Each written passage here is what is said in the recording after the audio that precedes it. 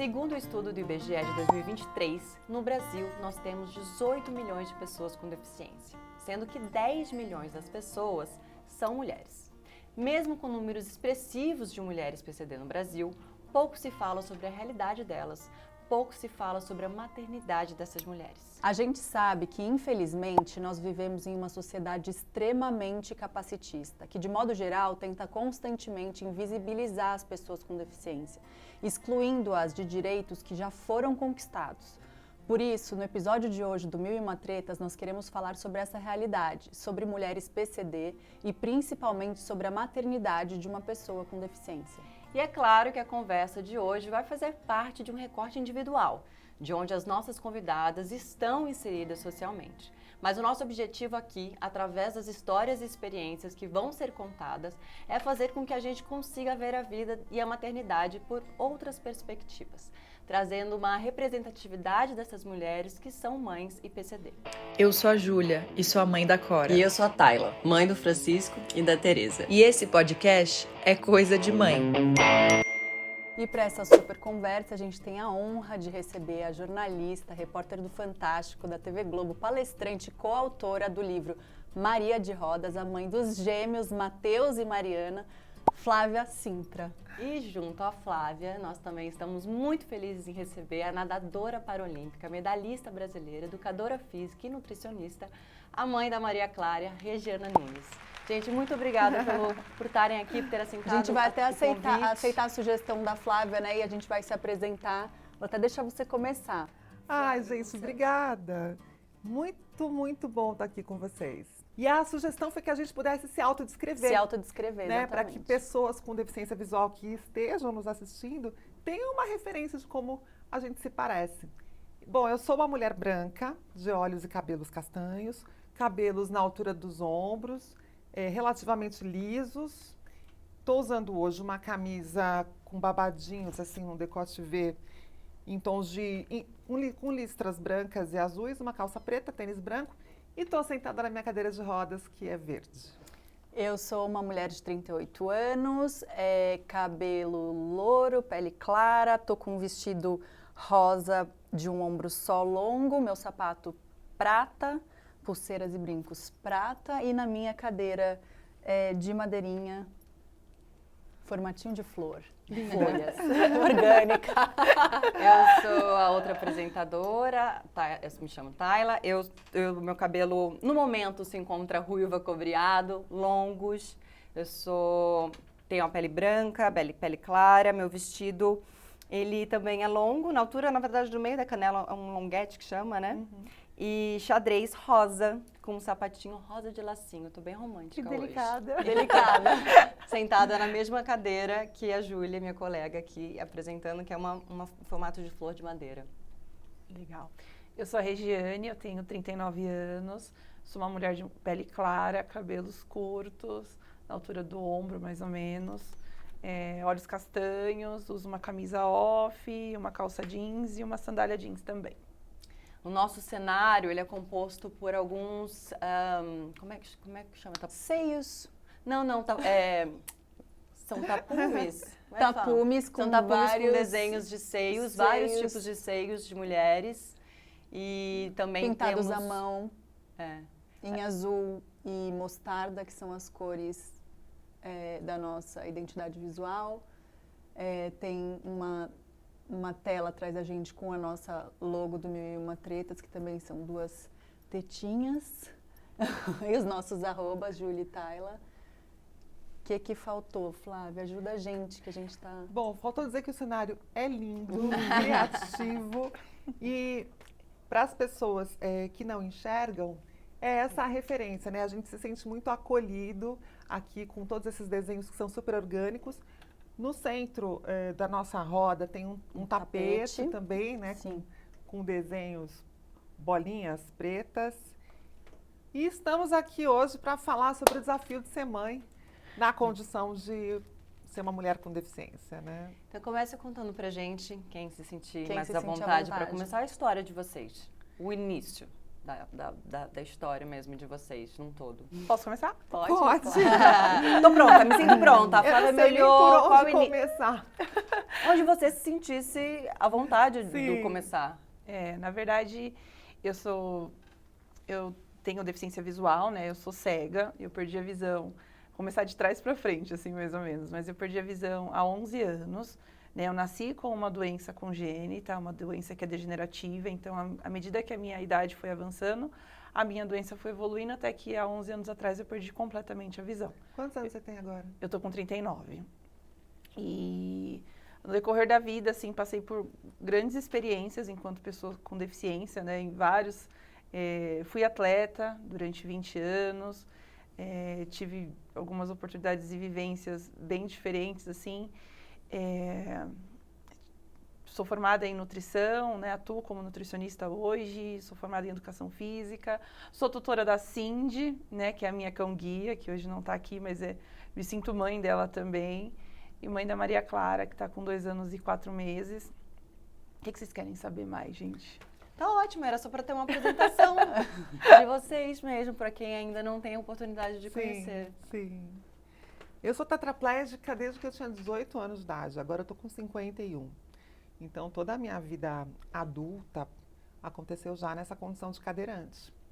E em 1991, a gente vivia num mundo muito diferente do que a gente tem hoje, especialmente no que se refere a acesso à informação, à velocidade da comunicação. Imagina, não tinha internet. Uhum. Né? Como é que você fica tetraplégica sem ter o Google para buscar conhecimento sobre essa nova condição? E mais do que isso, encontrar pessoas que já passaram pelo que você passou e podem compartilhar experiências. A gente não tinha essa realidade ainda no mundo, não é nem no Brasil. Então, aos 18 anos de idade, eu vi a minha vida sendo transformada literalmente da noite para o dia, depois de um acidente de carro que aconteceu quando eu estava voltando de uma viagem com meu namorado. E aí, toda aquela fase de hospital, cirurgia, reabilitação, o que consegue recuperar, o que não consegue. E aí, enfim, todos os momentos do luto, da dor, da negação, da aceitação.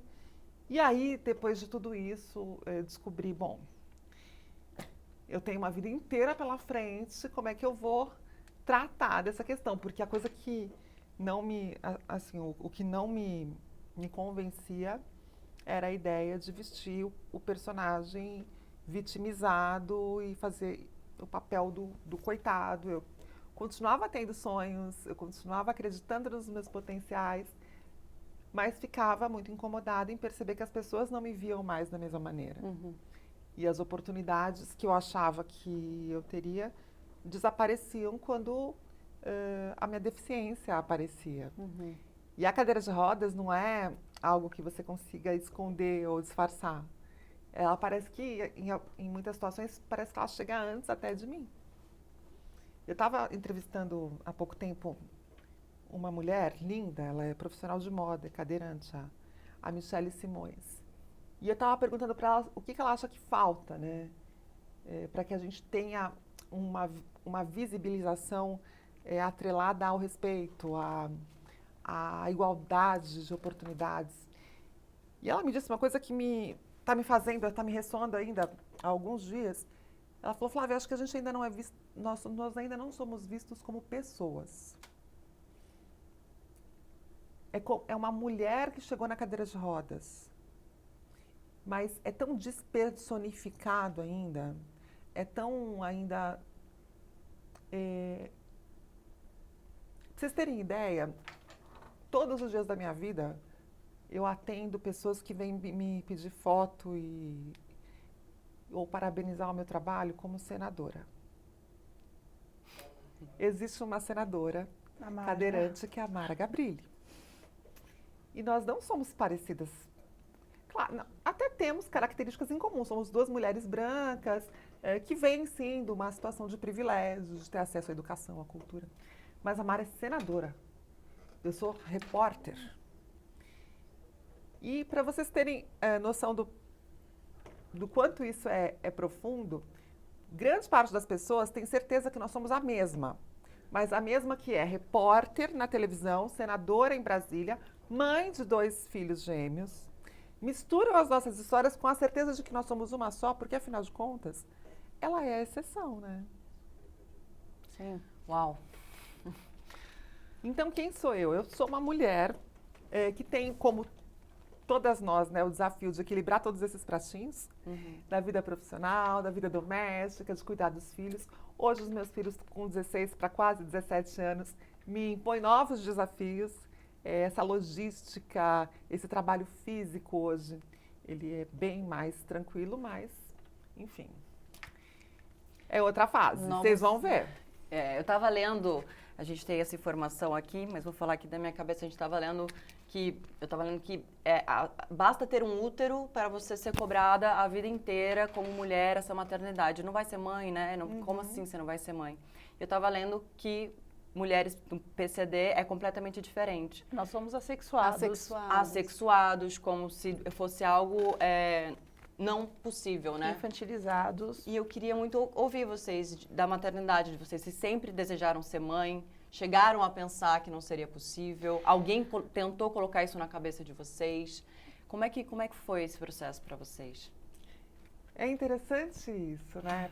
Basta você ter um útero para você ser cobrada pela maternidade. Exceto se você for uma mulher com deficiência. Porque, como a Regiane já apontou de cara, as pessoas tendem a nos infantilizar, a negar a nossa sexualidade. A entender que aquela mulher precisa ser cuidada e não tem capacidade de cuidar, né? Exatamente. Uma coisa meio assim. Exatamente. Para mim, eu sempre sonhei em ser mãe. Como eu falei, né, a minha doença, a minha deficiência, ela foi evoluindo. Eu sempre fui louca por criança, eu sempre fui louca para ser mãe, eu sempre tive esse instinto de cuidar. E aí, em 2012, quando eu voltei da Paralimpíada, eu cismei que eu queria engravidar. Porque dentro de mim alguma coisa falava assim, olha, engravida porque pode ser que algum dia você não enxergue, você precisa ver o seu filho, sua filha, como é que vai ser isso para você? Você pensava isso? Eu pensava muito. E aí, na época, eu me relacionava com uma pessoa e eu chegava a chorar, assim, eu quero engravidar, eu quero ter um filho, eu vou ficar cega, eu não vou ver meu filho, como é que eu vou fazer para cuidar? Eu luto contra o relógio, então, né, eu tinha uma sentença, eu tinha uma sentença. Que em poucos anos você ia... Eu tinha uma sentença dentro de mim, assim, a vida inteira desse jeito. Em 2012 eu quase surtei por conta disso. E aí não rolou, eu não tive filho, não engravidei. Em 2013, julho de 2013, eu perdi a visão. E aí eu costumo dizer que eu guardei o sonho da maternidade dentro da gaveta, como outros sonhos que eu, né, também precisei guardar. E eu lembro que eu falava assim, eu não cuido nem de mim, como é que eu vou cuidar de uma criança? Né? Por conta de tudo que a Flávia falou, a gente passa por vários processos de assim, embora eu soubesse que isso podia acontecer, eu falo que é assim, às vezes você olha a previsão do tempo e fala, olha, pode chover, previsão de chuva 90%. Tá, vai chover. Outra coisa é você ficar presa no alagamento, né? Então, saber que pode acontecer uma situação, viver aquilo é outra. E aí, quando eu perdi a visão, passei por todas essas fases que a Flávia falou, de luto, de aceitação, de processo, de escolhas, né? E aí eu falava para todo mundo que eu não queria mais ser mãe. Não, eu não vou ser mãe, eu não cuido nem de mim, como é que eu vou cuidar de uma criança? Eu não vou ser mãe, não posso ser mãe, não quero ser mãe. Mas, ao mesmo tempo que eu falava isso, eu participava, ministrava palestra em escolas, e toda vez que eu encontrava alguma criança que se chamava Maria Clara, eu falava, sabia que um dia eu vou ter uma filha, ela vai chamar Maria Clara? No seu coração, no seu coração eu já ia te fazer sabia, essa né? pergunta, você acha que esse sentimento que veio neste momento, desse processo que foi importante, né, seu, mas você acha que era algo que você realmente sentia ou algo que foi colocado na tua cabeça? Eu acho que vinha muito de mim, mas por ver outras experiências. Então, eu sempre estudei em escola especial, sempre tive convívio com mulheres com deficiência. E aí eu via, por exemplo, uma mãe que levava uma mãe cega ou com outra deficiência, mas no caso a cegueira, levava o filho no médico e saía de lá com uma receita e não sabia o que estava escrito, qual era a medicação que o filho precisava tomar. Eu tinha experiências que me faziam falar assim, não passa por isso, você não precisa passar por isso. Mas é igual eu falei, eu não descartei o sonho, eu guardei ele na gaveta. Né? E aí, passaram-se os anos, veio pandemia, veio tudo, e eu comecei a me relacionar com outra pessoa, e uma das primeiras coisas que ele falou assim, você tem vontade de ser mãe? Aí eu falei, não, imagina, eu não quero ser mãe. Mas por que você não quer ser mãe? eu não cuido nem de mim, como é que eu vou cuidar de uma criança? Eu acredito que você seria uma excelente mãe. Porque você cuida, você protege, você zela, você educa. Então, eu acredito que você vai ser mãe. E eu acho que eu me aproximei muito dessa pessoa porque ele acreditou no que eu precisava que alguém acreditasse. E aí eu engravidei. Em 2021, eu engravidei. E aí, com isso, vieram muitas e muitas dúvidas. A primeira dela é, no caso da Flávia, né, ela sofreu um acidente. Então, ela teve filhos, os filhos dela não seriam cadeirantes. Aham. Não era uma consequência. E eu nasci com uma doença congênita. Então, a primeira situação era assim, primeiro assim, como que você engravidou? Meu Deus, quem fez isso com ela? Meu Como Deus, se mas fosse uma maldade. De quem você ouviu esse tipo Eu de ouvi isso na Nossa, fila do banco. Igual, Eu ouvi isso. Deus do céu. Aí, assim, essa pergunta, assim, como que você engravidou? Eu já respondi assim, olha, não foi jogando videogame. Maravilhosa. Não foi sorteio no Instagram. Meu Né? Deus do céu. E isso, a Flávia é testemunha, isso acontece. Ai, gente, muito. Quem fez isso com ela? Como se eu tivesse sido vítima de algum abuso, né? Como se não fosse um desejo meu, Nossa, como se eu não gente, tivesse, não sentisse prazer, eu não tivesse direito a essas sensações. Imagina no meu caso, que eram gêmeos, as pessoas tinham certeza que eu tinha feito inseminação artificial. Exatamente. Porque, assim, como que você vai fazer para engravidar, né? E eu falava, foi daquele jeito mais tradicional. Você quer que eu conte? Que detalhes que você está querendo ouvir? Exatamente. Então, assim, e aí Gente. lá vinha assim, mas como que ele fez isso com ela? É. E aí depois outra. O filho dela vai ser cego também? Mas perguntavam para mim também, viu, Rê? Vai nascer cego também? Vai nascer cadeirante? Eu falei, vai nascer a cadeirinha de roda junto. Vai aprender a andar de cadeira e não precisa A minha andar, gestação, né? ela não tem 9 meses, ela tem um pouquinho mais, porque eu tô fazendo A cadeira também. Ela vontade de responder assim, Então né? são situações que quem não passa nem imagina que isso pode acontecer, que são coisas assim que você fala assim, não é possível Não é que possível mesmo. em pleno 2020, Mas 2021... você sabe uma coisa que me deixou muito impressionada? Foi o espanto de pessoas próximas a mim. Porque com a sociedade em geral, a gente está meio acostumado a lidar, né? A gente conhece as fantasias que as pessoas cultivam a respeito da deficiência. Mas quando eu fiquei grávida, eu descobri que gente que convivia comigo, pessoas muito próximas de mim, manifestaram essa surpresa e eu falei, não sabia que você podia engravidar. Eu falei, gente... Mas assim, eu costumo dizer, Flávia, que a sociedade é reflexo da nossa família, né? Assim, E vice-versa, né? exatamente. E assim, quem vai cuidar? E no meu caso, né, eu sempre fui muito protegida pela minha família. Isso não é um problema, isso acontece. Né? Eu sempre fui muito protegida, então eu não cozinhava, eu não lavava, não passava, eu não fazia, assim, eu era uma dondoca, sendo bem clara. Assim, mas quem vai cozinhar para a criança? Vamos ter que cuidar das 3, que é a Cindy, a Regiane e a Maria Clara. Vamos ter que cuidar das 3. Quem vai cuidar? É a mãe dela que vai cuidar dos filhos dela, da filha dela, né? E eu passei por essa situação assim inúmeras vezes. Mas, em contrapartida, encontrei algumas pessoas no caminho que, por exemplo, o meu obstetra, né? Quando eu cheguei na sala, assim, dele, na primeira consulta, ele falou, o que te trouxe aqui, Regiane? Eu falei, olha, eu tô grávida. Ele, nossa, não acredito. E ele foi um fofo, o processo inteiro. Ele foi um fofo, o processo Eu não tive inteiro. essa sorte. Ele foi um fofo, assim, ele me respeitou do começo ao fim, à sala de parto. Que bom. Né? E um profissional que eu pedi para ele, olha, eu posso ter meu marido e a minha mãe na minha sala de parto? Pode. E aí, quando a Clara nasceu, até expandindo um pouco, né, da pergunta que vocês fizeram, mas eu acho que é importante falar. Quando a Clara nasceu, na hora do parto, eu estava acostumada a ver em novela, né, ver em filme, aquela cena, a criança já sai chorando, né? Todo Aquela coisa aquele romantizada, romantismo. maravilhosa. E aí, quando meu parto foi cesárea, também por conta da minha deficiência, isso também influenciou. Né? Porque assim, eu acredito, né? Eu não sei porque não rolou, mas eu acredito que eu tinha condições de ter um parto normal, mas eu não tive porque, como eu já estava morando em casa, né? Na minha casa, meu marido passava o dia inteiro trabalhando, eu tinha muito medo de ter um corrimento, de estourar a bolsa, eu não conseguir ser socorrida, sabe? Então, rolou muita coisa assim, até na escolha do meu parto. A minha deficiência influenciou até nisso. E aí, na hora do parto, eu sentia o médico tirando a Clara e fiquei esperando o choro. E não é assim, né? São segundos, mas que pra mim, que não enxergo, foi uma eternidade. Todo mundo... Pra quem enxerga também é uma eternidade. Mas vocês estão vendo, o neném saiu, vocês estão vendo ele ali. Imagina. E você imagina, aquele filme de terror, porque eu toda anestesiada, eu sentia que só minha cabeça estava viva.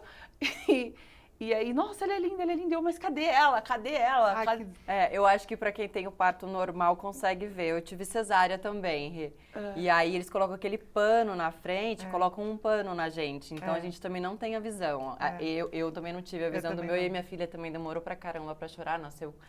Também teve dificuldades no nascer e tal, então foi também bem intenso. São segundos, né, intermináveis, que você fica naquela aflição. Eu imagino, ainda mais sem a referência visual, porque a gente ainda, tudo bem, tem aquela Eu cortininha. tinha o visual do médico, um pouquinho do médico, um pouquinho do pai. Vocês têm a cena na tinha, cabeça. mas eu só não tinha, realmente, ainda também não tive a da minha filha, porque a cesárea eles colocam esse pano na frente, né?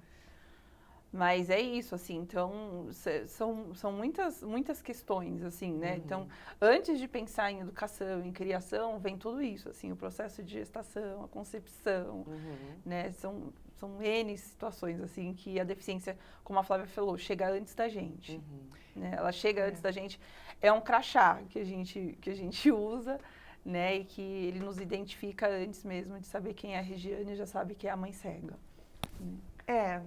E no meu caso, a mãe cadeirante. Mas a verdade, gente, é que a gente não é uma coisa só, né? A gente, enfim, cada um de nós é a combinação de muitas características. Nós mulheres, então, ainda mais. Ainda mais. A gente merece esse crédito, porque a gente é uma pluralidade gigantesca. Sim, e dentro dessa pluralidade tem a possibilidade de você ter uma deficiência. Ok, adquirir uma deficiência ou nascer com ela presume a necessidade de você buscar recursos específicos para ter uma vida mais independente, mais autônoma, encontrar um caminho para construir a sua identidade, tendo a deficiência como parte dela. Isso aconteceu comigo, mas depois de um determinado momento, gente, eu não acordo de manhã pensando, ai meu Deus, eu sou cadeirante, como que eu vou fazer para enfrentar a vida, o mundo, as pessoas... Não, é tão natural quanto escovar os dentes. Eu vou tomar banho, me visto, sento na minha cadeira e é na minha cadeira que eu piloto o meu dia e a minha vida. A gente não é só a nossa deficiência. Então, isso que a Regiane está trazendo é muito importante, porque a sociedade ainda resume muito as pessoas em uma única característica que elas têm. E quando a gente vai mergulhar nesse universo da maternidade, é muito duro, porque essa infantilização, essa visão de um ser assexuado, de uma mulher que vai passar a vida dependendo dos outros, ousar desejar ser mãe, é quase que um pecado, né? E quando eu fiquei grávida, eu fui a obstetra com aquela lista de... Você desejava, sempre desejou, sempre quis ser mãe ou foi... Eu sempre quis, sempre desejei, mas passei por vários momentos. Logo depois do acidente eu achava que não ia dar mais, pelos mesmos motivos que a Rê trouxe, de, poxa, não dou conta nem de mim, né?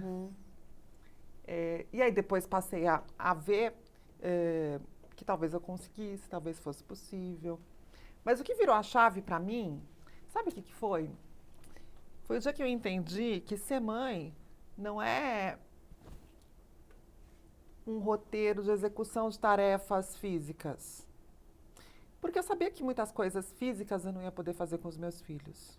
Eu não ia poder dar o banho nos bebês enquanto eles fossem muito pequenininhos sozinha. Eu não ia poder preparar sozinha todas as papinhas que eles precisavam. Aqueles botõezinhos de pressão, daqueles bores. Acabei de falar deles com ela, não consigo. Imagina eu com essa mão de tetraplégica. Não ia conseguir. Mas quando eu entendi que ser mãe é muito mais do que isso, e o fato de eu precisar de ajuda não significaria delegar a minha função de maternidade, foi tão libertador, porque tá, tudo bem, eu comecei a pensar, se eu não fosse tetraplégica, como que eu ia fazer? Eu não ia estar a vida inteira disponível 100% do tempo, eu ia precisar contar Sim, com... meus filhos hoje, é possível eu estar aqui, eu tenho um bebê de 2 anos e um de 1. Eu tô aqui Tem alguém porque tem cuidando alguém deles. cuidando. Sim, e isso torna você menos mãe, Com menos certeza. presente, nem diminui a sua conexão, o seu vínculo. Quando eu entendi isso, falei, ai, que bobagem, Que bom. que bobagem. Eu vou ser mãe quando eu quiser, quando for a hora certa. E aí eu passei a cultivar esse desejo com uma expectativa mais realista, de que sim, eu precisaria de ajuda, especialmente nos primeiros anos, nos 3 primeiros anos, que eu acho que são os mais difíceis, fisicamente falando, né, das demandas físicas. Mas me senti livre para fazer essa escolha. E também me responsabilizei por construir esse jeito de operar e de administrar a rotina prática da vida diária. Então, eu tinha uma pessoa que me ajudava a cozinhar, tinha minha mãe que morava perto naquela época, que me ajudou bastante, as minhas irmãs, enfim, todo mundo que chegava em casa ganhava uma tarefa, porque ainda por cima eram 2 bebês. Né? Nossa, é verdade. A gente vive falando disso, que a gente já teve um episódio de gêmeos e a gente, assim, como é que fecha essa conta? Explica pra gente, porque a gente, Não com fecha, né? mães, ambas, né, temos um bebê, quer dizer, eu tenho 2 já, quase gêmeos, a gente já fica, imagina gêmeos, junto, de uma vez só. Tipo, meu Deus. Ah, mas eu acho que aí é mais fácil do que ter... Como foi a surpresa quando você soube que eram 2? Ai, gente, Você nem... Nem mas imagina- você você não tinha tem gêmeos na na família, família? né? Eu Não. acho que eu li que você não tinha. não tenho. Como foi essa notícia? Foi Se bombástico. apresentando Quero, em não, dose dupla. decidi, quero ser mãe, vou Se fazer. apresentou em dose dupla. Vai acontecer, de repente, bum, 2. Bom, gente, foi muito engraçado porque eu fiquei grávida. Qualquer prima, qualquer pessoa da minha família poderia ter ficado grávida sem casar, que minha família não é tão careta, assim, ia ser acolhida, ia ser bem recebida. Não ia ter uma indignação, mas no meu caso, quando eu fiquei grávida, não por eu ser tetraplégica, mas é porque eu sempre fui a boa filha, a boa aluna, a neta exemplar, a certinha. As pessoas não esperavam isso de mim na minha família. Então foi um susto danado. E a minha mãe, ela demorou um pouco para absorver essa informação e ficou muito preocupada com a minha saúde. Mãe, né? Hoje a gente entende mais as nossas mães. Eu sei que minha mãe não pôde dar notícia para muita gente, porque a notícia se espalhou muito rápido. E aí eu fui fazer o primeiro ultrassom. E aí o médico disse, olha, temos aqui um bebê, um coraçãozinho, tá tudo bem, mas parece que temos outro bebê aqui. E a minha sensação na hora... Você estava com a sua mãe? Não, Não, sozinha. eu estava com o pai das crianças, que não é meu marido. A gente se separou quando eles tinham 2 anos. A minha sensação... Sabe quando alguém te conta alguma coisa que você não lembrava, mas na hora que a pessoa começa a contar, você fala, ai, claro, verdade, lembro. Aham. Foi essa a minha sensação. Era como se eu já soubesse. Que loucura. Nossa, E o olha médico- isso. Isso e a o- gente nunca ouviu aqui. E um o déjà médico vu, estivesse assim, me né? lembrando. Quase um déjà vu. Era como se eu já soubesse, mas que eu tivesse esquecido completamente. Olha, Então eu não que fiquei curioso. desesperada. A minha foi assim, claro. Verdade. Verdade. É. E sim, fiquei muito emocionada. Mas ali mesmo na sessão do ultrassom, o médico começou a falar, enfim, que eu tinha que saber, que podia acontecer, que era muito comum de um não se desenvolver. Mas eu nem estava mais ouvindo o que ele estava falando. Mas isso para gestação gemelar, né? Sim. Não, Nada a ver com a minha deficiência. É muito comum em gêmeos, isso, né, bem no comecinho da tem várias gravidez, amigas. a mulher ser alertada disso. Só que naquela hora eu não estava mais ouvindo o que ele dizia. Eu já sabia que era um menino, que era uma menina, já estava com tudo desenhado na minha cabeça. É igual eu. Maravilhoso. E aí Você já sabia que era Maria Clara? Eu já sabia que era Maria. Eu conhecia a Maria Clara antes de Sério? engravidar. Eu sabia que era Maria Clara. Não, eu só vou voltar para minha mãe, porque aí quando eu cheguei em casa com essa notícia, super emocionada, a minha mãe, ela mal me abraçou, ela pulou em cima do telefone para ligar para todo mundo, para falar, agora eu vou dar a notícia. São gêmeos. Maravilhoso. Foi muito engraçado. Essa coisa, essa vontade de contar, né? E a gestação de vocês foi tranquila? Teve algum gravidez de... Eu não posso mais repetir, que falam que eu repito muito, mas eu tive vários problemas na minha gestação e para mim foi o desafio. Até então eu tenho um bebê de 2, né? Sim. Você tá no futuro pra gente, mas o maior desafio para mim foi a gestação. Para vocês foi muito desafiador ou foi fisicamente, enjoo, passei, enfim, o todo que a gestação pode ser para uma mulher, né? Eu tive uma gestação bem tranquila no aspecto, assim, de dor. Eu nunca fui pro médico, pro hospital, assim, eu acho que vai nascer antes da hora, eu tô com pressão baixa, eu tô... Não, eu sofri muito com enjoo, né? Me falaram assim... Inclusive, eu comecei a comer coisas que eu percebi que eu tava grávida, porque eu comecei a comer de madrugada. Eu comia coisas que eu não gostava. Eu não gosto de arroz, eu tinha vontade de comer arroz com cenoura, arroz com ovo, arroz com beterraba. Gente, mas que tanto arroz é esse? E assim, aí comecei a enjoar muito, o cheiro das coisas me enjoava muito e falaram, não, quando chegar nos 3 meses, passa, fica tranquila. E quando chegou nos 3 meses, eu comecei a vomitar. eu sou desse time aí. E aí, eu fui pra mesa de parto vomitando, assim, então assim... Nossa, até o fim. Eu senti muito, eu sofri com isso, mas eu acho que diante de tantas outras situações que eu passei, eu não consigo dizer que isso foi um sofrimento. Claro. Inclusive, eu falei isso pro médico, né? Eu falei, olha, doutor, eu já fiz 16... Na hora do parto, peguei na mão dele e falei, doutor, eu já fiz 16 cirurgias na minha vida.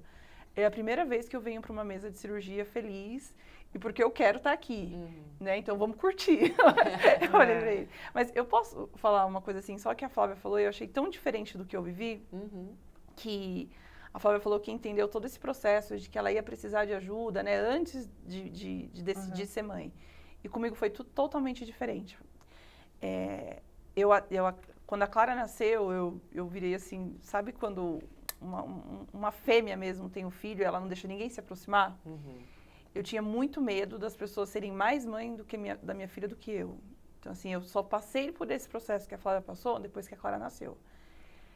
Até 1 ano, a minha mãe tá ali nos bastidores, ela não me deixa mentir, eu não deixava ninguém fazer nada. Era eu quem dava o banho, era eu quem queria dar a comida, era eu quem dava o peito, era eu que trocava, era eu que... Tudo. Eu não deixava ninguém. Nossa, mas você não tem ideia do quanto eu sou controladora também. Não é porque eu não estou fazendo que mas eu não aceitava a rede de apoio, que é tão importante para toda a mulher, independente de ser deficiente ou não. A rede de apoio, né, tem gente que vai para casa da mãe, fica lá uns 15, 20 dias, depois vai para sua... Eu não quis nada disso. E as pessoas dificultou o seu processo. Eu dificultei o meu processo. É como se a gente tivesse que provar que a gente pode, sabe? Exato. Então, eu tive que provar primeiro pra mim. Então, todo mundo passa por aquele turbilhão de emoção, de chorar, de não sei o quê, isso e aquilo. E eu potencializei tudo isso. Né? Então, eu não queria ninguém. As pessoas chegavam na minha casa, quer que eu lave essa louça? Não. Quer que eu ponha essa roupa na máquina? Não. E o seu puerpério como foi? No meio disso tudo. Foi isso que ela foi esse turbilhão. Né? Então, tinha momentos que eu chorava sozinha em casa e o meu marido chegava em casa, eu tava toda armada e ainda falava assim, como é que você me deixa aqui sozinha? A gente não tem consciência, né? Exatamente, assim, você fica num estado que depois você olha para trás e você fala, não é possível que eu fiz tudo isso. Né? Mas ele chegava em casa e eu tava armada, assim, falava assim, você me deixou aqui sozinha. Não, mas eu não te deixei sozinha, tinha um monte de gente para te ajudar e você não quis ajuda. E aí, realmente, era isso. Eu não dele você aceitava? Aceitava. As dele, até hoje, assim, a gente... Né, foi muito difícil esse processo, mas a gente conseguiu criar uma sincronia, assim, no sentido de... Eu preparo a comida, até isso, eu não queria que ninguém... Eu nunca cozinhei na vida. E ali você resolveu o momento mais difícil, eu resolvi aprender a cozinhar naquele momento. Você resolveu cozinhar naquele momento. Sabe que é pra provar? Pra provar pra gente mesmo. Eu só tô aqui ouvindo e aprendendo, porque assim, se a gente bate muito nessa tecla aqui, quase todo mundo que senta aqui fala, né, do desafio da maternidade, né, que cada um, a maternidade é muito plural, enfim, cada um tem a sua, mas a gente fala um monte quanto a gente tenta, quanto nasce uma mãe, nasce uma culpa, né, essa frase clássica que a gente não gosta, porém, ela é muito real, então, quanto a gente realmente fica o tempo todo tentando se provar, e provar para os outros, provar para os outros que você é capaz, que você é boa. Exatamente. Você imagina isso da perspectiva de vocês. E a deficiência coloca uma lupa nisso, né? Porque a gente parte do lugar do descrédito. É como se as pessoas apostassem que isso não vai dar certo. Não vai dar certo. Isso não vai dar certo. Nossa, gente. Isso não... chegou ao ponto, por exemplo, o meu primeiro Dia das Mães, né, que foi em 2022, eu fui para missa com a minha mãe, né, e aí chegou ao ponto, a minha mãe detesta falar em público, minha mãe detesta microfone, minha mãe detesta tudo, e aí eu lembro que o padre chamou todas as mães lá na frente para fazer uma homenagem, e eu não queria ir, já começou, eu não queria ir. E aí minha mãe, não, você vai. E aí a gente chegou lá na frente, um monte de mulher, assim, e daqui a pouco eu ouvi uma voz no microfone. Assim, não acredito que é minha mãe. A minha mãe fez um sinal pro padre, pediu o microfone e falou, olha, eu queria dar parabéns aqui para uma mãe, não sei o quê, que ela é uma mãe, é uma das melhores mães que eu conheço. E para quem aqui acredita, assim, a coisa tomou uma proporção tão grande que a minha mãe precisou pegar um microfone e falar em público que não era ela que cuidava da minha filha e que eu era uma referência de maternidade para ela, né? Então, assim, para vocês terem noção da proporção que isso tomou. As pessoas passavam por ela na rua e falavam... E eu imagino a sua emoção Não, também, né? Ouvindo sua mãe falar. Claro, porque a minha mãe é uma referência para mim. Vocês viram aqui essa imagem que eu tenho de mãe, de cuidar, de proteger. Minha mãe até hoje, eu vou fazer 40 anos, e minha mãe está aqui do meu lado.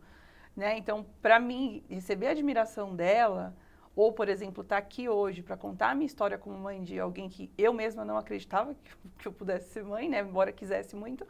E aí vim aqui contar a minha história de mãe, que hoje eu sou respeitada na escola da minha filha, eu sou respeitada pela pediatra da minha filha, eu sou respeitada porque eu preciso ser respeitada.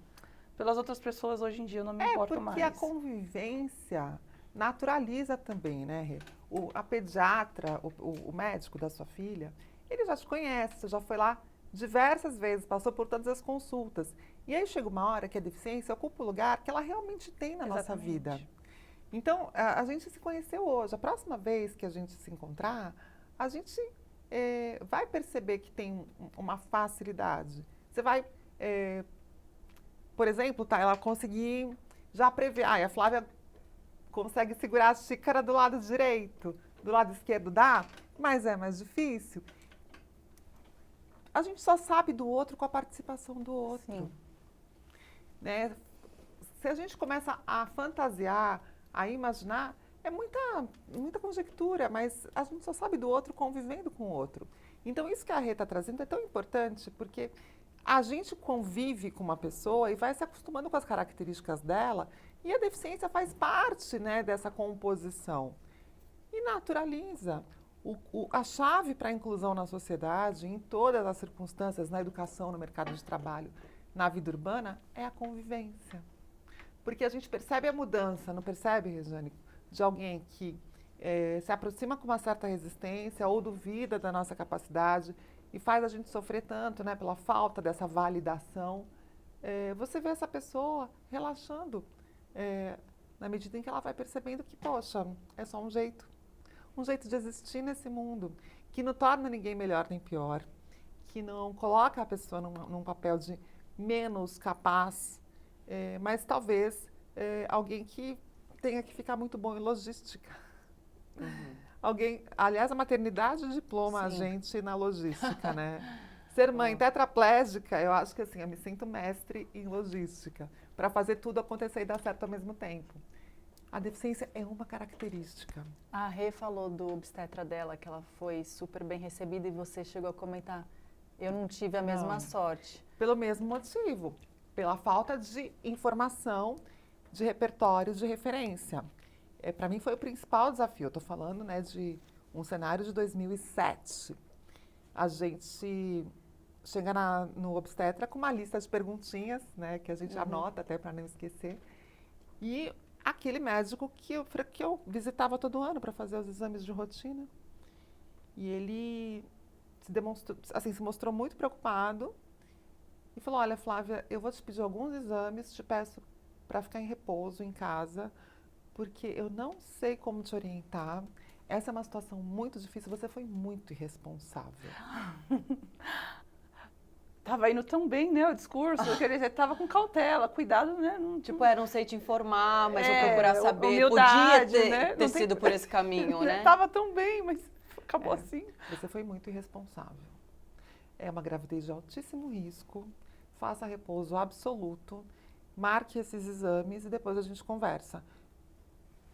Assim, e é muito louco. E desculpa te interromper só para não perder. Você foi programado, assim, você estava ali tentando já essa gestação? Ou foi surpresa? Eu Ou foi uma estava num surpresa? momento, assim, foi um momento, eu tinha acabado de voltar dos Estados Unidos para realizar um trabalho muito importante, que eu me orgulho muito, que foi ter feito parte da equipe brasileira que trabalhou na elaboração do conteúdo da Convenção dos Direitos da Pessoa com Deficiência na ONU. Uhum. Essa convenção foi aprovada em 2007, quando os meus filhos estavam nascendo. Eu tinha voltado da última reunião de trabalho desse comitê e estava super empoderada.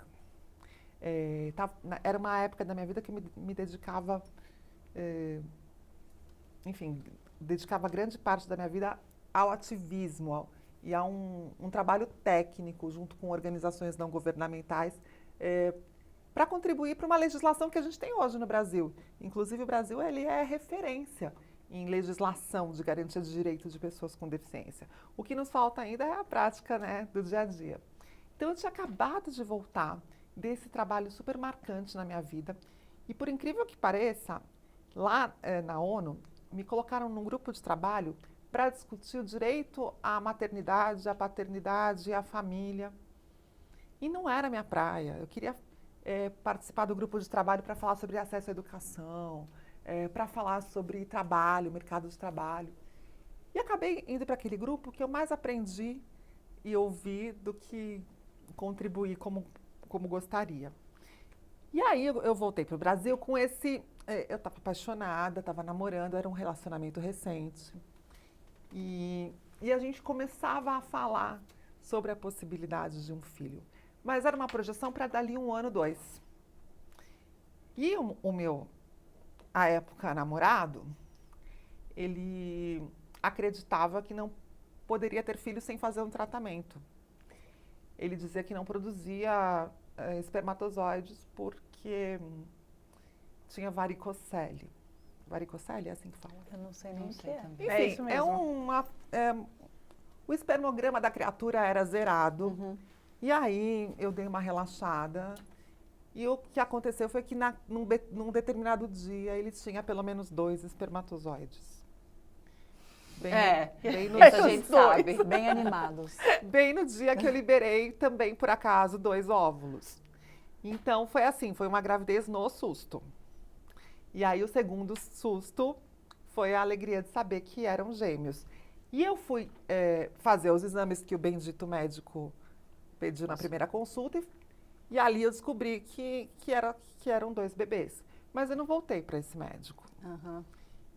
E é muito louco porque, como eu disse, eu tinha acabado de voltar da ONU, estava assim, mergulhada em todos os meus direitos. Eu tinha acabado de concluir alguns estudos a respeito de uma análise mesmo sobre como a sociedade ainda era capacitista, só que naquela época nem existia esse termo capacitista.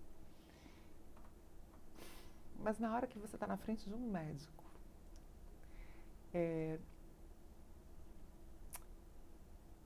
você esquece tudo que você sabe. Eu sabia que ele não ia estar preparado. Eu sabia que o lugar comum era esse mesmo, achar que seria ousado demais eu querer ser mãe. Mas na hora que ele me falou que eu fui irresponsável, que a minha gravidez era de muito risco e que era para eu ficar de repouso absoluto, eu só tinha vontade de chorar. Ele só não sugeriu um aborto porque eu fui embora antes da consulta, mas ele deixou muito claro que ele não acreditava que a minha gravidez ia adiante. E como a gente emburrece nessa hora. O poder do médico, de um mestre, de um Paralisa, né? A gente doutor, de paralisa. um professor. Eu não sabia reagir. Logo eu, né? Que, assim, eu sempre fui a pessoa que contesta, que procura um outro ponto de vista, que assim, eu sou essencialmente otimista. Quem me conhece sabe, eu sempre acho que vai dar certo. E vai indo e dá certo. Mas ali foi assim, parecia que abriu um buraco no chão. E eu só tinha vontade de chorar. Enfim, passou rápido. Eu fui fazer esse exame, fiz o ultrassom, descobri que eram 2 bebês e aí fui procurar uma obstetra que olhasse para mim e não para aquela grávida na cadeira de rodas. E de fato não tinha e não há literatura a respeito de mulheres tetraplégicas. Tem sim alguns cuidados, como infecção urinária, que é um risco para qualquer grávida. Muito. Mas e também é um risco frequente na vida de quem tem lesão medular. Então a gente sabe que acho que é o terceiro principal caso de aborto é a infecção urinária. E mulheres com deficiência que têm a bexiga neurogênica, que lidam com essas questões relacionadas mesmo à lesão medular, são mais propensas. Então tem sim alguns cuidados. Cuidados com o corpo. Poxa, todo mês o meu peso mudava. E eu fico sentada o dia inteiro na cadeira de rodas, eu tenho uma almofada que é adequada para o meu peso. O peso aumenta, eu tenho que calibrar a minha almofada, porque senão o ossinho lá do bumbum vai ficar sendo pressionado o dia inteiro e pode machucar. Pode causar uma ferida chamada escara, que é uma ferida difícil de curar. Eu nunca tive, porque eu sempre me cuidei muito. Então tem sim especificidades, mas nada que inviabilize essa gravidez. Minha gravidez foi saudável, foi feliz e só não foi parto normal porque, sim, a tetraplegia nesse caso foi uma desvantagem. Eu não tinha a possibilidade de fazer a contração com o abdômen. Ainda mais com 2, né? Aí o segundo bebê poderia estar em risco de sofrimento e a gente não arriscou. Mas eu não marquei meu parto, eu deixei acontecer. Entrei em trabalho de parto, aquelas contrações, uma delícia. Eu vou puxar o nosso saque. É o momento em que a gente escuta as experiências, reclamações e dúvidas de tantas mães que nos acompanham para lembrarmos que não estamos sozinhas nessa jornada. Se você quiser participar do Saque da Mãe, é só mandar o seu vídeo de até 2 minutos gravado na horizontal, contando a sua experiência, suas tretas com a maternidade, para o nosso e-mail contato@mileumatretas.com.br. E hoje a gente vai ouvir a história da Lívia, que tem o sonho de ser mãe, mas sente bastante insegura porque tem autismo. Oi, meu nome é Lívia, eu tenho 31 anos e eu sou autista. E eu quero muito ser mãe, mas eu tenho muito medo, assim, porque é aquilo, né? A deficiência geralmente não vem sozinha, ela vem com várias comorbidades e questões. No meu caso, eu tenho enxaqueca crônica e fadiga crônica. E eu tenho muito, muito, muito medo de como que vai ser lidar com uma gravidez, ou um bebezinho, o crescimento dessa criança, que também vai precisar de suporte, assim como eu, muito provavelmente, né? Porque no meu caso, a minha deficiência é genética e as chances são bem baixas de nascer uma criança típica. Então, eu fico meio assim, como que vai ser? Como que eu vou dar conta? Será que eu vou dar conta? O que vocês falariam para uma futura mãe de primeira viagem, assim, deficiente também, que tá cheia de medos, cheia de ansiedade? Eu tenho bastante suporte do meu marido, eu acho que isso é muito importante. Eu sei que ele daria também todo o suporte necessário para uma criança, mas é uma vida, né? É uma vida que eu quero dar todo o apoio possível, que eu não tive, inclusive, quando eu era mais nova. Então, é difícil, né? Obrigada, viu? Ah, Lívia, um beijo grande. A gente conhece ela bem. A gente conhece ela bem, a Lívia tá aqui com a gente desde a primeira temporada. Que legal! Ela cuida dos nossos cabelos, da nossa maquiagem. E esse depoimento dela a gente já ouviu, a gente já conversou com ela algumas vezes. Ela fala que quanto mais episódios ela... ela ali. Quanto mais episódios ela assiste, mais... foi um pouco do que você falou, né, Rê? Dessa coisa de você ter passado por esse momento do... Meu Deus, eu não tô nem cuidando de mim, como é que eu vou cuidar... Essa transformação, acho que você podia falar, dar o seu conselho aí para ela do processo que você passou. A primeira coisa é ela vai conseguir. Se ela engravidar, ela vai conseguir. Porque todo mundo fala isso, né? Quando nasce uma criança, nasce uma mãe. Então ela vai conseguir.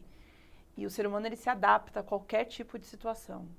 Qualquer tipo de situação. Ai, mas, gente, vocês pegarem esse depoimento, se você cortar o comecinho, ela falando que ela tem autismo. É a mesma queixa, é a mesma dúvida de todas as mulheres. As mulheres, de todas as mulheres. Né? Né? Quem Com foi? Foi certeza. você que me falou, né? Esses dias que eu tava falando, ai, não sei se eu tô pronta, que eu vivo pensando no segundo. Mas quando é que a gente Quando tá? a gente vai estar Que pronto? mãe, que mulher é essa tá- que já se encontra? E eu tô quando pronta. acha, porque a gente já conheceu também algumas mulheres que falavam, nossa, agora eu tô pronta, porque é raro, mas acontece, eu já conheci. E que quando aconteceu, falou, o quê? E agora? Eu achava que eu sabia. que eu tava pronta, achava que sabia. Ou né? quando você programa muito, aí não rola quando você quer. Não tô conseguindo engravidar. Né? Então, assim, não é uma matemática exata. Né? Mas eu queria chamar bem atenção para isso, porque percebe que a gente se acostumou a enxergar a deficiência de um tamanho, de um jeito, que, na verdade, não é esse tamanho que ocupa na vida da pessoa. Se você... ali, a questão dela é porque ela tem autismo. Mas, para outras mulheres, a questão econômica. Ou para social. outras, não encontrei ainda o parceiro ideal. Para outras, poxa, será que eu vou conseguir sustentar? Será que eu vou conseguir me afastar do trabalho? Será que eu vou conseguir voltar ao trabalho? A gente nunca sabe. É muito feminino isso. Eu ia falar exatamente isso, né? Das mães que se dividem ali, como vocês, né? Na jornada de trabalho e do filho. Então, assim, as dúvidas são imensas. Para vocês terem uma ideia, assim, a minha neura era tão grande que eu chorava pensando assim, como é que eu vou conseguir? Eu não vou ver a letra da Clara, eu não vou ver o desenho que a Clara vai fazer para mim. Né? A Clara vai desenhar e eu não vou ver isso. Como é que vai ser isso? Quando eu vou corresponder as coisas que a Clara precisa, eu não vou conseguir ajudar a alfabetização da Clara. E tudo isso enquanto ela estava na minha barriga. Né? Eu chorava pensando nisso. Como é que eu vou fazer para conseguir ver a letra da Clara? Porque eu sempre gostei de fazer cartinha, de desenhar, de tudo. E eu falava, gente, como vai ser?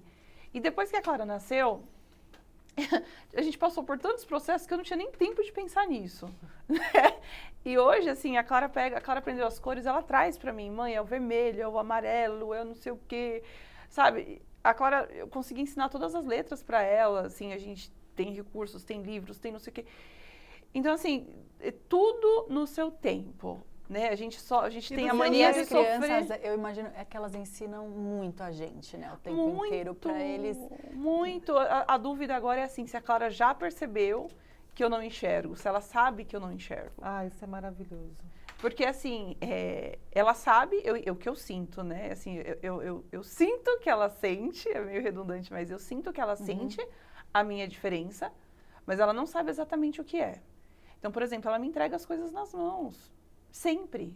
Filha, deixa a mamãe ver. Ela põe na minha mão o brinquedo, o lápis. Ela sabe. Ela põe na minha mão, mas ao mesmo tempo ela me mostra o livro, né? E eu lembro que quando ela começou, com 4 meses eu comecei a mostrar livros para ela, eu não sabia se o livro estava de ponta cabeça, se eu estava começando pela parte de trás ou pela parte da frente. E aí, mas eu começava a contar a história para ela, ler, fingir que estava lendo e contar a história, interpretar. E aí alguém chegava lá em casa e pegava o livro e ia ler para ela tomava da mão da pessoa e falava, não, você não sabe ler. Mãe, lê para mim. E entregava o livro na minha mão. Que demais. Por quê? Porque para ela o importante não é o que eu estou lendo, é o momento que eu estou ali dividindo com ela. É a companhia, a parceria. E até hoje é assim. Se alguém pega alguma coisa e vai fazer com ela fala, não, é a minha mãe. Mãe, lê para mim. Aí eu pego o livro de ponta cabeça. Clarinha, ajuda a mamãe, não sei o quê. Então, assim, o ser humano, isso é inato do ser humano, assim, a gente tem mania de sofrer por antecedência, de querer prever as coisas. E tudo no seu tempo, né? Então, o conselho é Lívia, né? O conselho que eu vou dar para a Lívia, assim, viva cada momento, né? E se você engravidar, você vai conseguir. Gente, mas é no seu tempo e do seu jeito. Exatamente. Porque a sua mãe consegue fazer todas as coisas? Claro A que sua não. consegue? Minha mãe não dirigia. Só meu pai dirigia. E era um perrengue, porque quando meu pai não podia levar ou buscar, a gente tinha que se virar de outro jeito. Minha mãe tinha várias limitações. A Maria, uma pessoa que ajudava a gente, ela tinha uma perna mais curta. E ela cuidava da gente quando a gente era criança, cozinhava, levava à escola. E ela andava com dificuldade e usava um sapato com uma altura grande em uma das pernas para nivelar. Eu nunca nomeei a Maria como uma pessoa com deficiência. Hoje, eu sei que ela tinha uma deficiência na perna, mas no meu olhar de criança naquela época, aquele era o jeito que a Maria andava. E para isso ela precisava de um sapato com um solado maior. O que eu estou querendo dizer é que para a criança é muito mais fácil, porque como elas têm menos cargas de preconceito, são Sim. menos, é muito mais fácil enxergar as pessoas como elas são, respeitando a característica de cada um. Quando perguntavam para os meus filhos, pequenos ainda, como é ser filho de uma mãe cadeirante, eles ficavam assim, Qual a diferença? é a minha mãe. Assim como perguntam para mim, como é ter dois de uma vez? Falei, para mim, o meu jeito de ser mãe é esse. Eu não sei como é ter um só. Eu não tive a experiência de ter um filho e depois ter gêmeos. Eu comecei tendo 2 primeiros filhos, uma filha e um filho. Então, para mim, esse é o normal. Então, na minha casa, é assim que funciona. E eles sabem desde muito cedo. É que eles demoram um pouco para aprender a nomear. Mas ela sabe que você enxerga de um jeito diferente, que você precisa da informação na sua mão. Ela já percebeu. E aos poucos as pessoas começam em torno da criança a dar nome para isso e impregnar de sensações e de significados. E às vezes a gente tem que pontuar as crianças desses significados, né? Então é um trabalho diário. Mas para a criança, poxa, eu sou a mãe dela. Eu sou a mãe do Matheus, a mãe da Mariana. Eles me olham, eles me reconhecem como mãe e sabem que tem coisas que eu não posso fazer, mas eles têm certeza que eu sempre dou um jeito. Qual foi o maior desafio na maternidade de vocês? Temos 17 anos aí, hein? Venha do 2 futuro. pontos totalmente diferentes. Isso Venha é uma do pergunta futuro. geral que a gente sempre, tipo... Que cada um, é como eu falei, a minha foi na gestação, enfim, cada... Que a gente tem um pouquinho, né? Nós três O aqui. seu foi no puerpé, amamentação, Estamos nos enfim. 3, Qual foi ainda o- não chegamos nos 3 anos. Você vem do futuro. Você vem do futuro. Mas quero ouvir da Das Regiane duas, também. Qual foi? Olha, o futuro eu vou contar para vocês que é a menopausa ao mesmo tempo da adolescência dos filhos. Chegaremos Foi a lá. fase mais desafiadora no Está seu sendo, maternar? Está sendo? A mais não, mas eu tenho que dar destaque. Eu não sei se foi a mais desafiadora. Para mim, acho que a mais desafiadora foi quando eu me separei do pai deles. Que eu decidi, Eles tinham 2, né? Você falou. tinham 2 anos. Eles ainda eram muito dependentes fisicamente, né, de cuidado físico. Sim. Então foi muito difícil.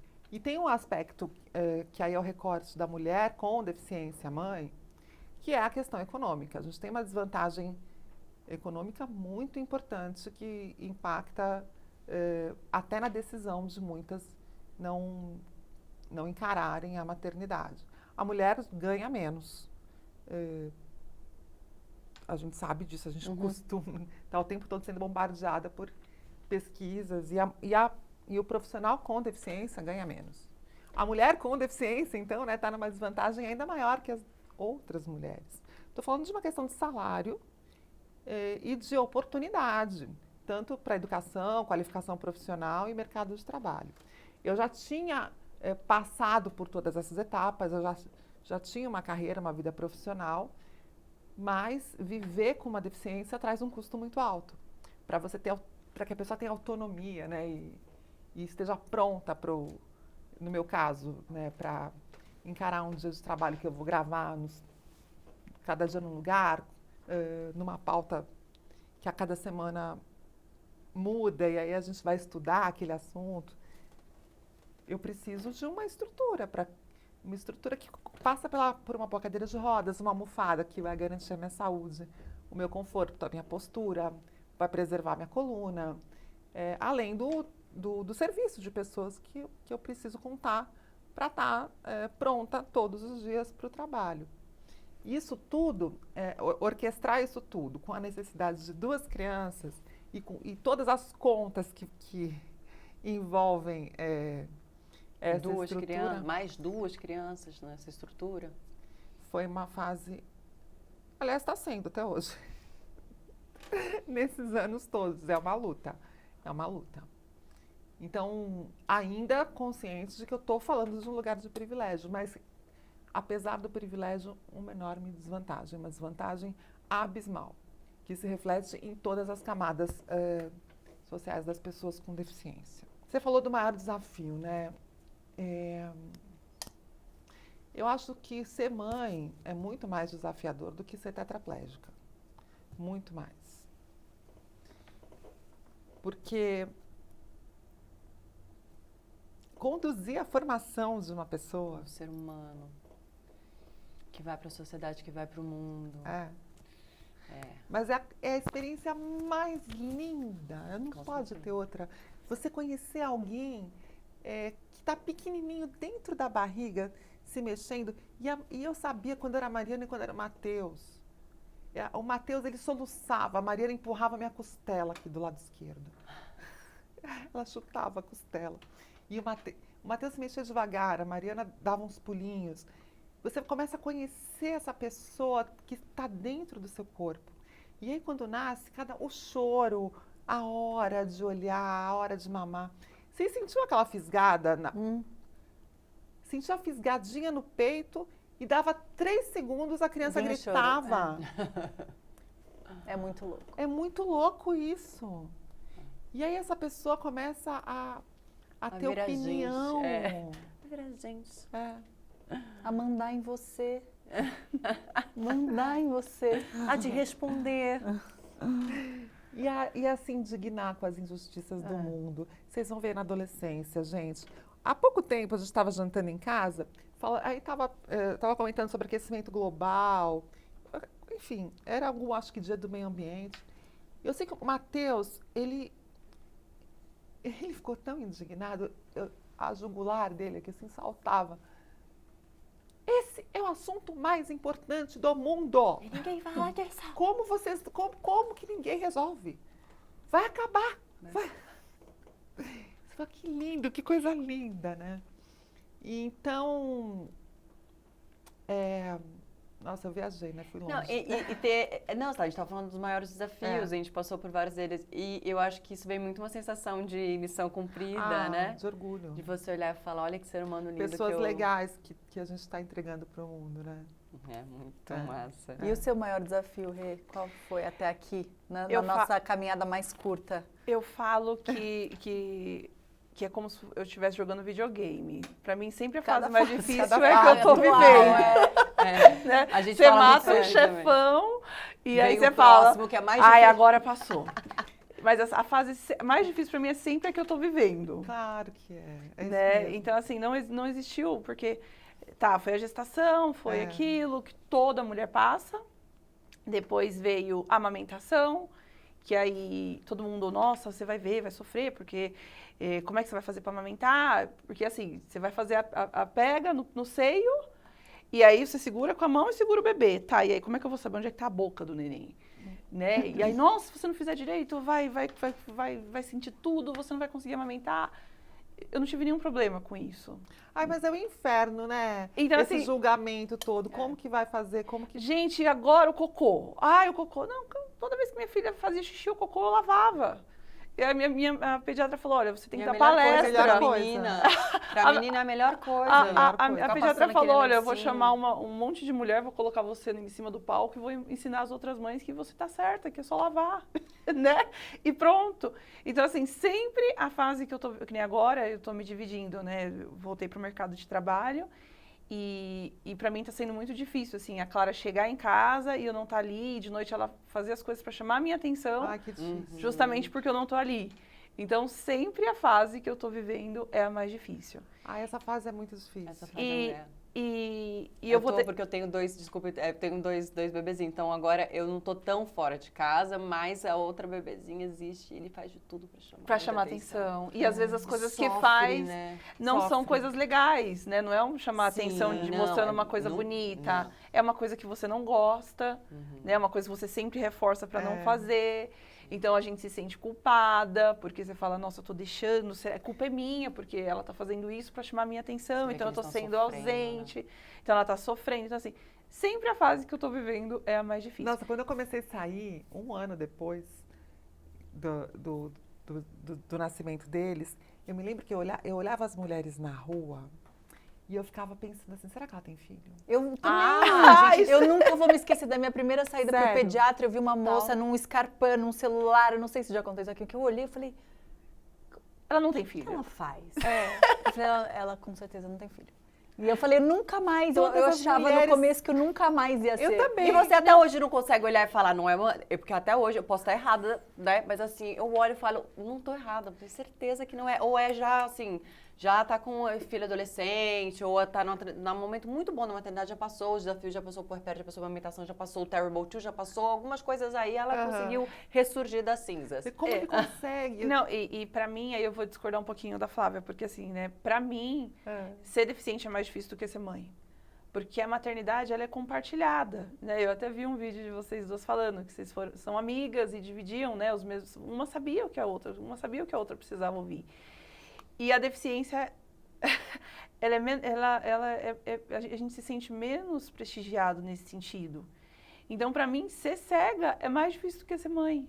Uhum. Né? Então, assim, a maternidade ela vai passando por fases, né? E assim, por exemplo, enquanto o mundo duvida que se eu vou conseguir ou não, e eu mesma duvidei ser mãe, a minha filha, toda vez que ela precisa, sou eu que ela chama. É. Ela tem certeza. Ela tem que certeza que eu vou conseguir. Sim. Que é o mesmo depoimento que você deu, né? Né, Eles assim, sabem ela que não- eu vou resolver. Eles Ela sabem não, que eu ela dou não meu tem jeito. dúvida, assim, ela não tem medo, assim, mãe, cuidado, vai tropeçar, vai cair, vai bater. Não, é o meu colo que ela quer. Né? Então, assim, pra mim, a maternidade, diante das situações que eu já passei com relação à deficiência, desculpa, mas tá sendo fichinha. É isso que a gente bate muito na tecla toda vez que a gente fala sobre maternidade. Cada ser humano é feito de uma experiência, de uma vida. Teve uma mãe diferente, uma vivência diferente, então a pluralidade. E eu não sei se faz sentido, mas você falou muito do tempo que você levou até aceitar ajuda, né? E eu me reconheço na sua fala, porque eu demorei muito tempo também, porque eu precisava provar pra quem, não sei quem. E até hoje, assim, ainda tem coisas que pra mim são difíceis de abrir mão, de que tem que ser... Mas virou uma chave em algum momento, e eu não sei, queria até ouvir o momento que você virou essa chave, falou, tá tudo bem eu pegar ajuda, porque toda mãe precisa de ajuda, e eu não vou ser menos mãe por isso.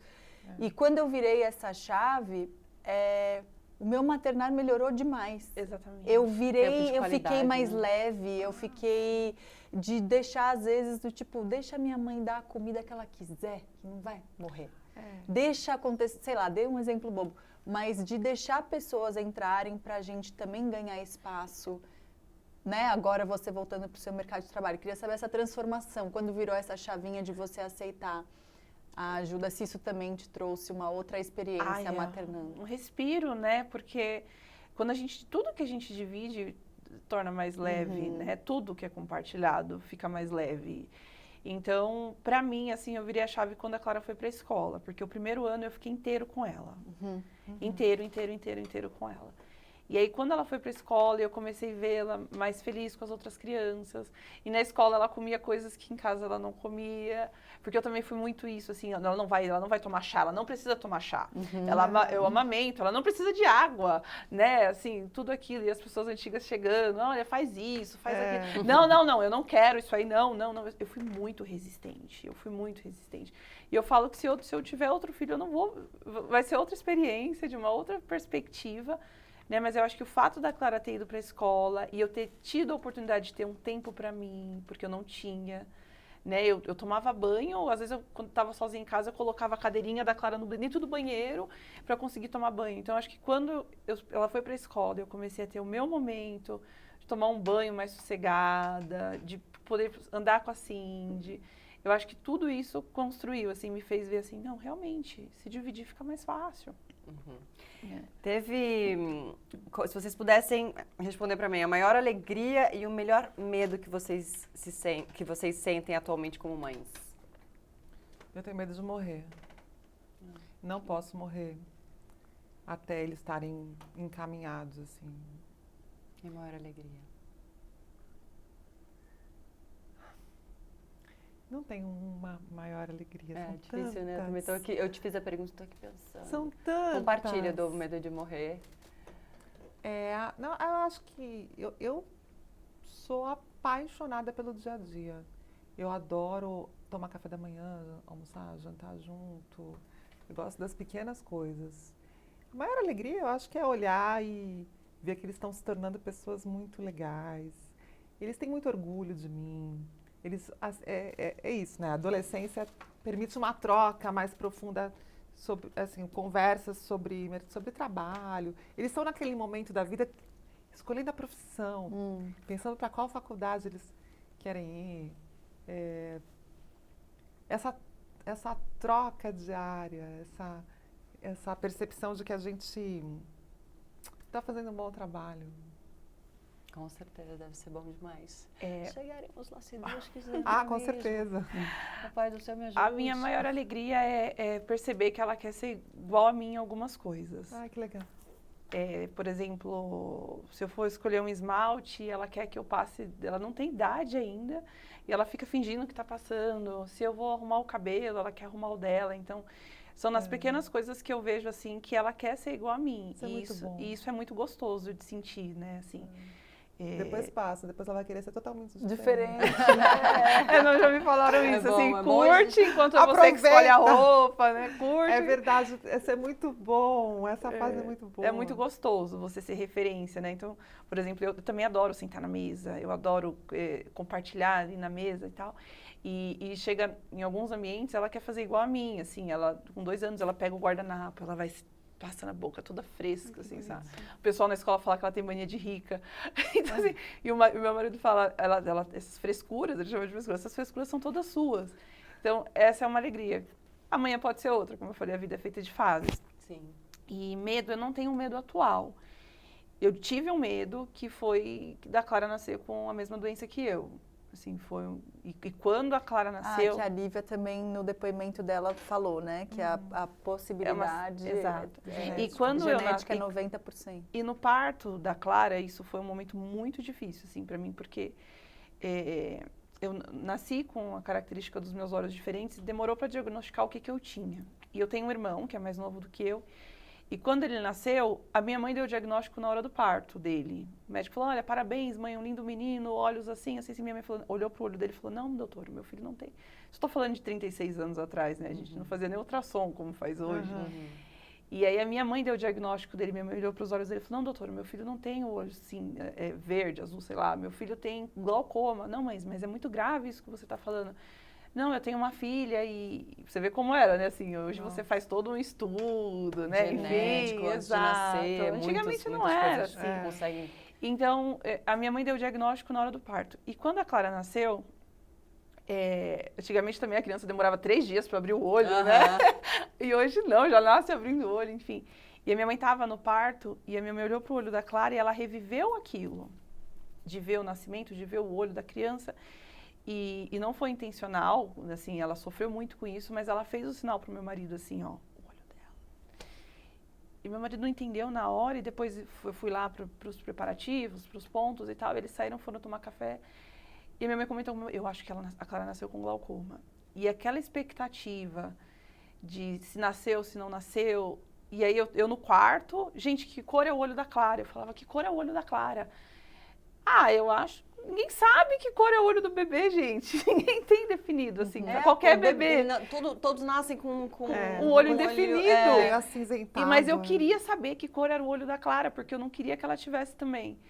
E aí eu lembro que uma vez chegou não lembro se era psicóloga ou se era uma fono que entrou no quarto para me visitar. E ela entrou no quarto, a primeira coisa que ela falou, nossa, que menina linda, o olho dela é cinza. Eu falei, cinza? Não, o olho dela não é cinza. Então, assim, eu tive muito medo disso, mas é muito medo mesmo. Até, assim, a gente ir para consulta no oftalmologista, né, assim, e sentir algumas emoções que a minha mãe sentiu, porque enquanto eu estava ali na sala de espera, aguardando para ser chamada para a Clara passar no oftalmologista e fazer os exames e tal, eu senti algumas coisas que talvez a minha mãe tenha sentido quando eu era criança, né? Então, assim, esse momento para mim, até hoje, assim, foi Mas você já tem uma avaliação da Clara? Eu tenho, a gente foi com 14 dias que ela tinha nascido, a gente passou no oftalmologista infantil e ele fez todo o fundo de olho nela. Agora, você imagina, um bebê né, de poucos dias dilatando o olhinho e fazendo tudo aquilo. E, assim, é uma coisa que a gente precisa cuidar. A cada 6 meses vai passar no oftalmologista, mas até então não tem indícios e se Deus quiser vai continuar assim. Mas acho que o meu maior medo é esse. A gente está com o nosso tempinho acabando, eu vou fazer mais 2 perguntinhas que eu acho que são importantes.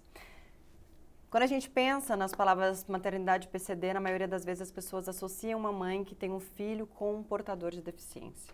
Que direitos as mães PCD não têm, mas deveriam ser assegurados pela lei? Eu acho que a gente não precisa de mais leis. Precisam ser A respeitadas. gente precisa botar em respeitar prática. as leis que nós temos em garantia do direito da mulher, da pessoa com deficiência e das mães. A gente não precisa de mais leis, a gente precisa de mais empatia, de mais equiparação de oportunidade, de fazer valer o que a gente já conquistou.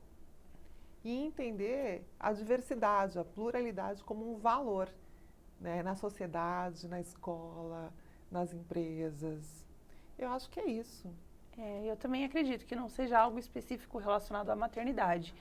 Eu acho que a questão da acessibilidade em todos os aspectos contribui para a melhora da qualidade da vida da pessoa com deficiência. E se essa pessoa for mãe, está no pacote. E de todo mundo, né? Então, por exemplo, eu até dei o exemplo. Eu vou na consulta e eu saio de lá com uma receita e eu não sei o que está escrito na receita, a dose, tudo.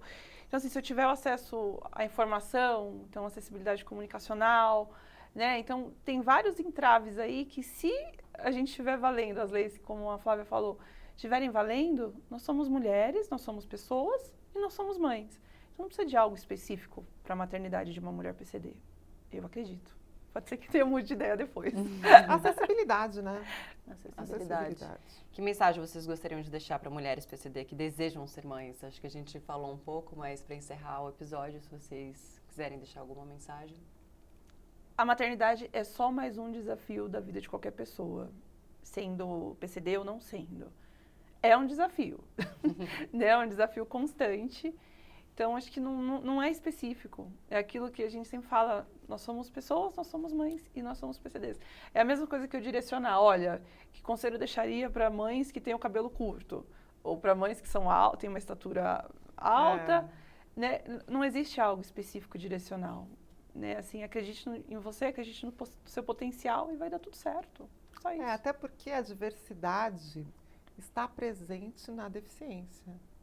Né? Então, você tem mulheres com N características combinadas com vários tipos de deficiência possível. As soluções que existem para a minha vida são muito diferentes das soluções que a Rê tem para a vida dela. Sim. O que dá para dizer é que a maternidade é uma possibilidade, é um caminho possível a qualquer mulher que se permita. Ainda que você tenha uma restrição física para engravidar, você ainda pode ser mãe. Existem muitos jeitos de ser mãe. Claro, com certeza. Mas eu queria só acrescentar que eu também não sou do time que prega a maternidade como o único caminho de realização pessoal de uma mulher. Existem muitas mulheres que têm uma vida muito bacana que escolhem não ser mãe. Sim, a gente tem esse episódio aqui também. É uma escolha, né? É A uma maternidade é uma escolha. É uma escolha que precisa ser respeitada e estar ao alcance de qualquer mulher, tenha ela uma deficiência ou não. Somos mães, né? Só isso. Exatamente isso. A maternidade em sua pluralidade deve ser sempre ouvida e respeitada. Mães portadoras de deficiência são mulheres que precisam ser acolhidas não necessariamente pelas suas deficiências, mas porque elas são mães. E só quem é mãe sabe que a maternidade é uma grandíssima de uma treta. Flávia e Regiane, muito obrigada pela participação de vocês. Tenho certeza que todo mundo que assistiu esse episódio, assim como eu e Júlia, aprendemos muito com as suas histórias. A gente fica por aqui, mas nos encontramos na semana que vem aqui no canal do YouTube do 1001 Tretas ou na sua plataforma de áudio favorita. Beijo, Tchau, gente. Até semana que vem.